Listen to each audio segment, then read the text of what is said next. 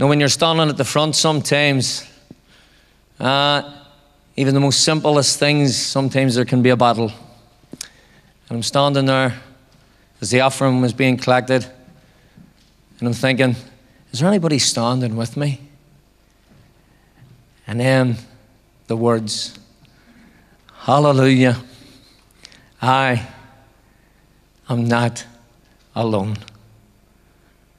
What assurance and reassurance to know that if you're a believer, not if you're a Catholic, not if you're a Protestant, not in regard to your social standing, but if you're a believer in Jesus Christ, you, I, we are never, ever, ever alone. Never. My name's Hugh Sinclair, often referred to as Shughie. Just going to start the clock. Don't want to be running over. I shared briefly in the live stream the other day concerning walking with men, young men, walking with older men as a young man, and gleaning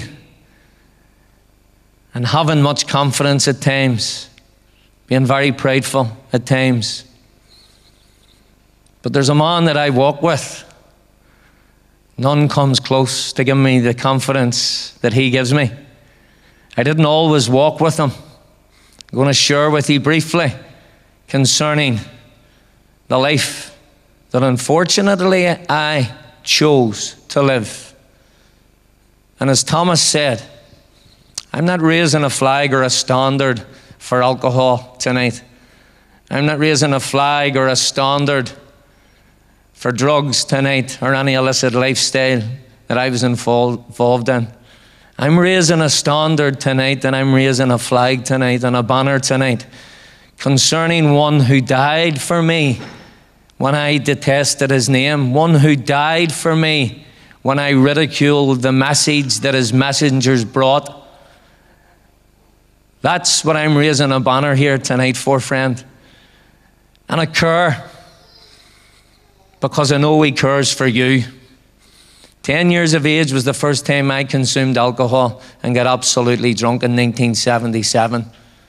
10 years of age, and if your mathematics are right, that makes me about 35. Stopped going to school, absolutely loved football, absolutely loved running. Primary school, P5, P6, P7. As a boy, used to go to school early, Hemsworth Square, down the lower Shankill in Belfast, with a number of other guys. An hour early to school to play in the bright mornings in the tarmac football pitch. Absolutely loved it. But all of a sudden, from 10 years of age, swiftly, I started to lose a joy.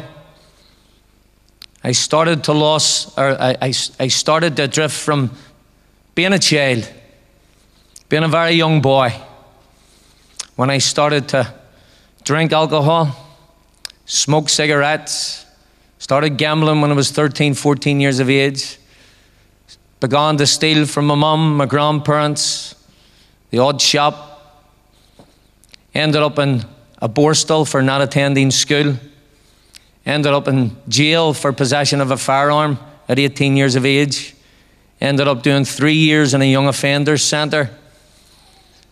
And all the times that I found myself, whether it was in a dormitory that was locked as a 13, 14-year-old boy for non-attendance of school, or whether it was in the Crumlin Road jail waiting to get parole for possession of a firearm, or whether it was in jail in Scotland, or whether it was in a young offender centre here, each and every time at those different stages, these were the words that surfaced and resonated within my mind and upon me, that when I get out, I'm going to school. When I get out, I'm not drinking alcohol. When I get out, I'm staying away from the gambling. When I get out, I'm going to change I'm going to change. And although those statements from within were to an extent meaningful and had some depth, when I received a certain liberty, the spiral began and continued into a place that was going to come quite dark. Did I believe in God? Not at all at this time. Did I go to Sunday school? Yes. Had no intention to seek after God. Had no intention to, as I've shared with you, in regard to the people who would have shared His word in ministry of leaflet, or indeed verbally till you, I would have rubbished it.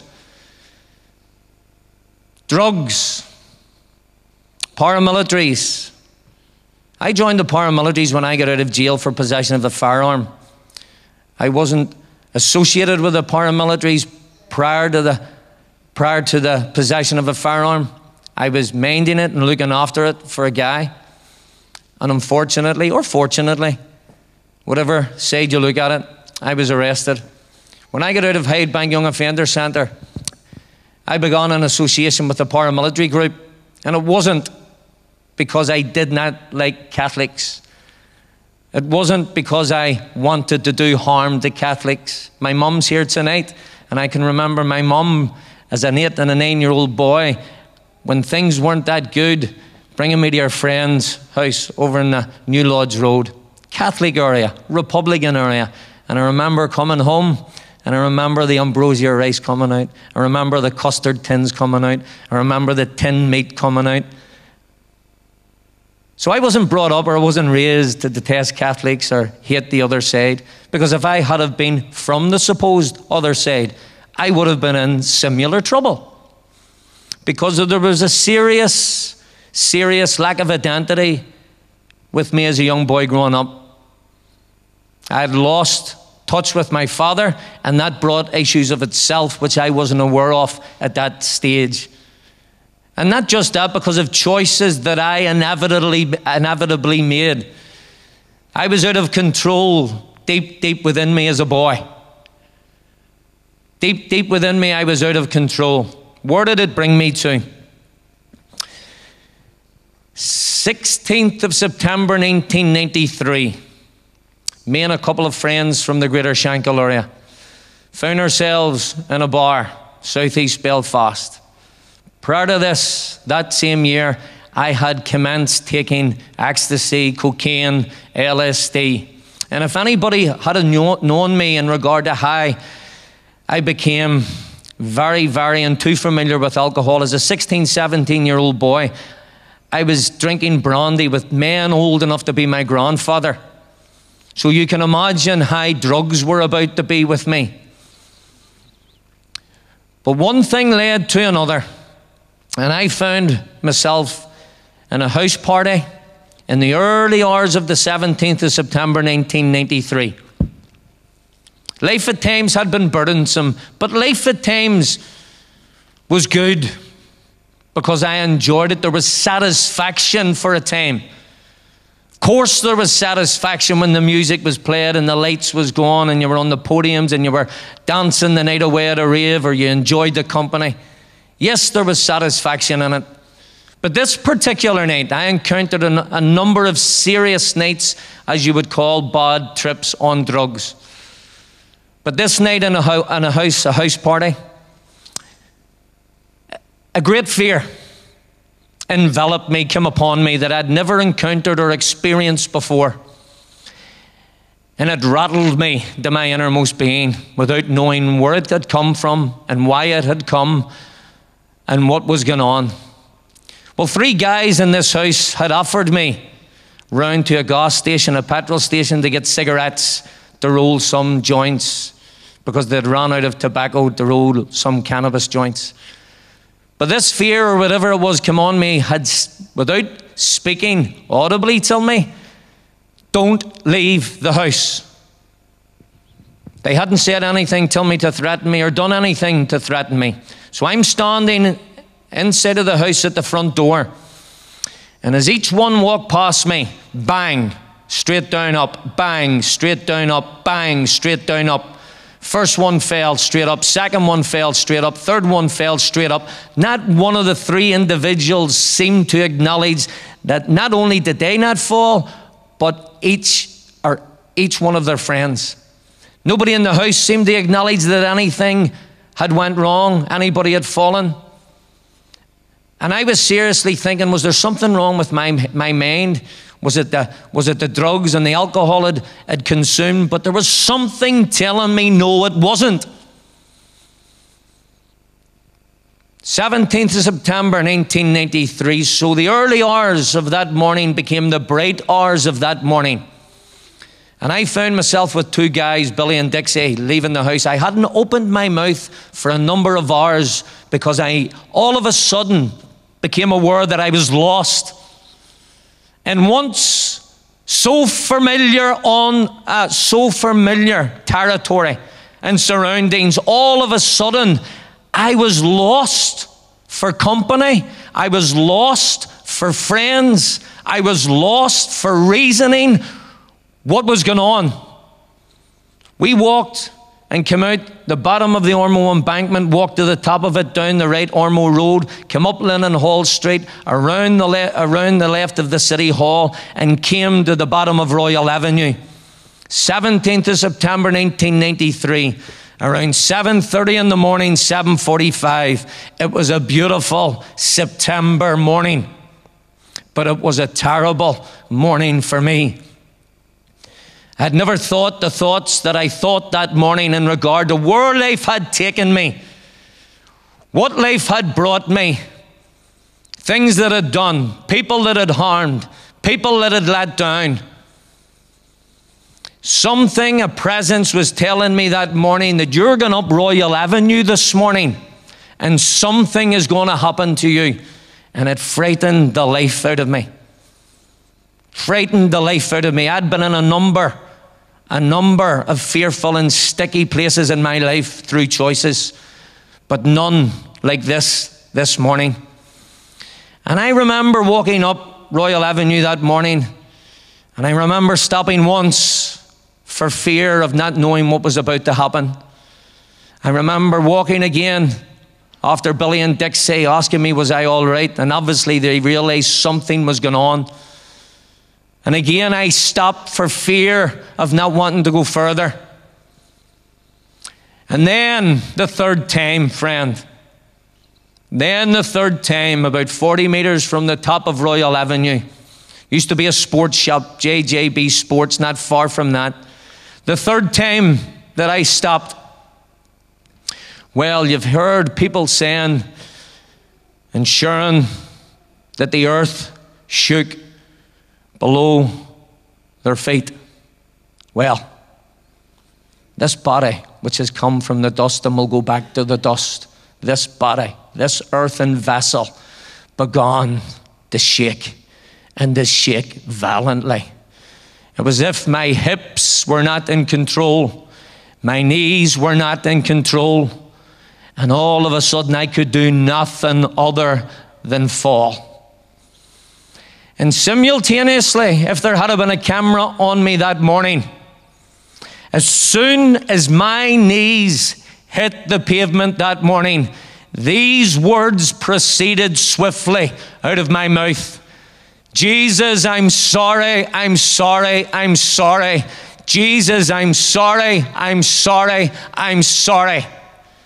From one who rubbished the message that his messengers carried, from one who rubbished that he ever existed. In a moment, friend, I received revelation that Jesus Christ was real. And swiftly following that revelation, a truth came to me that I was so wrong. I get up, consumed by thoughts, ran with my eyes closed because I couldn't contain the thoughts, hit the brick parapet of a bridge not far up the Shankill Road, knocked myself out. Boys got me up, took me to the hospital to get patched up. So swiftly moving on, after the hospital, I went to my younger sister. She had been saved She had become a Christian, trusted in Jesus about a year, 11 months, a year before this, and I would have mocked her often when I met her. I went to her and I said, Julie, Jesus has revealed himself to me this morning in Royal Avenue. Didn't tell her anything about the party the night before in the early hours of the morning. Briefly about Royal Avenue and how Christ has revealed himself to me, and I was so fearful. She said a short prayer with me. I went up home. She came up that night, that evening of the 17th of September 1993 with a friend, Maureen. They left me 2 pieces of literature, friend. Read, mark, and learn about the Gospel of Mark. Thick booklet, about 40, 50 pages possibly in it. And a wee chick animation booklet with about 12, 15 pages. A wee small cartoon animation booklet. Many of them used to be about years ago. When she left, I tried to read, mark, and learn, and threw it away in so much frustration. And I remember actually crying out, how could I ever become a Christian when I can't even understand this? Well, remember the house the night before, when the guys walked past me and one after another hit the ground as if they were hit by a heavyweight professional boxer. Not the first page of the booklet. Not the first page of the booklet, but the first page that I chose to open it at was about an angel tripping up demons who were trying to prevent someone coming to Christ. It was as if it was a burning coal in my hand. See, God was saying to me, Shughie, although I didn't hear him and understand him in the moment, I know you'll not understand, read, mark, and learn the Gospel of Mark, but understand this. I know where you're at. I went to a small fellowship not far from this hall, about 150 meters. That Sunday night, 2 days later, Nazarene, Church of the Nazarene. I walked in and I was the youngest by about 30, 35 years, apart from the visiting speaker from Manchester, I believe he was from. Couldn't tell you what he spoke on. But this is how he finished. Friend, I don't know if you know what a bungee jump is, but trusting in Jesus is trusting in someone who will care for you, comfort you, and not let you fall. I'm paraphrasing a bit, but words to that extent. Well, you could have hit me with a hammer. You could have hit me with a hammer. This is the 19th of September 1993. On the 18th of June that same year at Antrim Forum on a Thursday night, a windy, rainy Thursday night, acting the big boy, full of pride, I decided to do a bungee jump on LSD. I knew and know, as sure as I'm standing before you tonight, that I and that visiting speaker that night were the only ones that knew what a bungee jump was, never minded having done one 3 months earlier up at the Antrim Forum. See, God was saying to me, Shughie, I know you'll not understand the message my servant's bringing, but understand this. I know where you're at. Well, if my life was burdened, which at times it was, before the 17th of September 1993 when God revealed himself to me in Royal Avenue, it was about to be greatly amplified, that burden, when I knew that there was a God, then I knew that I wasn't at peace with him. That burden was greatly amplified, friend. And there wasn't a day without an opposite. If there was a left, there was a right. If there was a black, there was a white. If there was an up, there was a down. Stop drinking, stop taking drugs, but could not surrender. Went to a party not far from here, possibly 35 meters from here, on the 3rd of December 1993. And I drank, and I drank, and I drank, and I drank, and it wasn't milk. And I drank some more. I left in the early hours of the morning. A young friend at that time who lost his life 3-4 months later, shot dead 3 or 4 months after this event. Went down to my house in the early hours of the morning, and I went into the kitchen to make him a cup of coffee, put my finger on the switch that went from white to red to indicate that the electricity was on. And all of a sudden, the presence that was with me in the house in southeast Belfast when the guys tripped, the presence that was with me in Royal Avenue on the 17th of September was in my kitchen. And it ushered me to the back door, about 7-8 feet away possibly. And I opened the door because I couldn't do anything other. And about 6 or 7 feet from me in the darkness of night was something so dark, 4 or 5 foot tall, not even 5 foot tall, 4 foot tall. No facial features, but it was dark, and it stood out in the darkness of night. And my knees and my hips started to go. And I started to tremble. And I started to fall. And I started to pray, God, give me a chance. Give me a chance. Please give me a chance. Peripheral vision where I had fallen, I opened my eyes and I seen, friend, a cloven hoof before me, which for me represented evil and represented Satan.